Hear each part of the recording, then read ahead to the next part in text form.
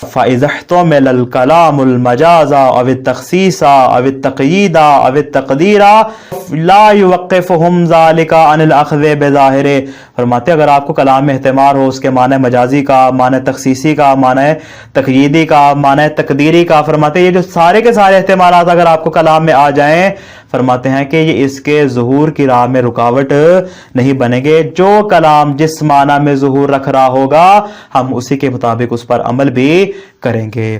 آگے فرماتے ہیں وَلَا بُدَّ إِنَّ الشَّارِعَ، بھئی یہ بات تو آپ نے عقلاء کی بیان کر دی، آپ کے پاس کوئی شرعی دلیل ہے بھی یا نہیں؟ ہم عقلاء کی بات کو کیسے مان لیں جب تک ہمارے پاس کوئی شرعی دلیل موجود نہیں ہوگی؟ فرماتے ہیں وَلَا بُدَّ، ضروری ہے کیا؟ إِنَّ الشَّارِعَ قَدْ أَمْضَى هَذَا الْبِنَاءَ، کہ شارع بھی کیا کرے؟ اس بنا کی تائید کرے۔ وَجَرَى فِي خِطَابَاتِهِ عَلَى طَرِيقَتِهِمْ هَذِهِ، غور کیجئے گا، فی خطاباتہ میں جائے گی شارع کی جانب، شارع اپنے کلام میں، اپنی گفتگو میں، اپنے خطابات میں کیا کرے؟ بنائے عقلاء پہ انحصار کرے۔ علی طریقتہم، ہم کی مل جائے گی عقلاء کی جانب، عقلاء کے طریقے پر عمل کرے اور بنائے عقلاء کو ہمارے لیے ثابت کر دے۔ وَإِلَّا کا مطلب کیا؟ یعنی اگر شارع کی نظر میں یہ بنائے عقلاء درست نہ ہو، لَذَجَّرْنَا وَنَهَانَا عَنْ هَذَا الْبِنَاءِ فی خصوص خطابات ہی، بھائی مولا مقام بیان میں تھا، شارع کو چاہیے تھا کہ وہ ہمارے لیے کیا کرتا؟ اس کو بیان کر دیتا اور ہمیں اس سے منع کر دیتا۔ کیوں؟ اس لیے کہ بنائے عقلاء شارع کی نظر میں تین طرح کی ہوتی ہے۔ پہلی وہ والی قسم کہ جہاں پہ بنائے عقلاء ایسی ہوتی ہے کہ جس کو شارع نے قبول نہیں کیا ہوتا، جیسے قیاس، استحسان وغیرہ۔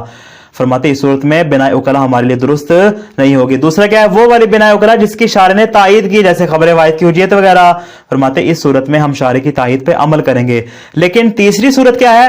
یعنی بنائے عقلاء تو ہمارے پاس موجود ہے لیکن شارع نے اس سے ہمیں منع نہیں کیا، اس کے سامنے کام ہو بھی رہا تھا، مقام بیان بھی تھا، لیکن اس کے باوجود بھی شارع نے اس سے منع نہیں کیا، جیسا کہ ہمارا یہ ما نحن فی ہے، یعنی حجیت ظواہر۔ اب عبارت پہ غور کیجئے گا، فرماتے ہیں کہ اگر کوئی اور طریقہ ہوتا تو شارع اپنے خطابات میں کیا کرتا؟ ہمیں اسے روک دیتا، اسے منع کر دیتا۔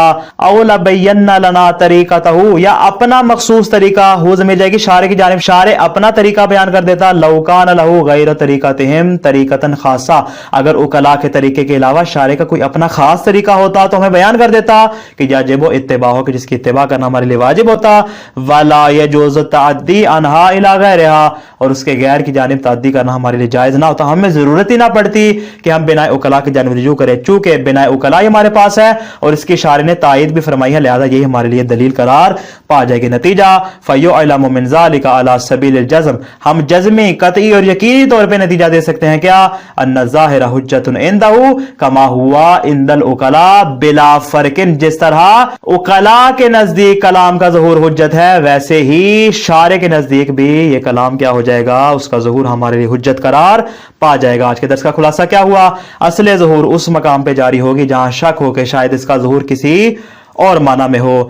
اصول لفظیہ کے متعلق ہمارے پاس دو طرح کے نظریات ہیں، پہلا کیا ہے؟ تمام مستقل حیثیت رکھتے ہیں، دوسرا ہے تمام اصول ایک اصل کی جانب پلٹتے ہیں۔ صاحب کفایہ کے نزدیک وہ ایک اصل حقیقت ہے، جبکہ مصنف کے نزدیک وہ ایک اصل ظہور ہے۔ اصل ظہور بنیاد ہے، کیوں؟ کیونکہ عقلاء اس اصل کی جانب رجوع کرتے ہیں اور شارع نے بھی اسے منع نہیں فرمایا۔ جب شارع نے منع نہیں فرمایا تو ہم بنائے عقلاء کے مطابق عمل کریں گے۔ والسلام علیکم ورحمۃ اللہ وبرکاتہ۔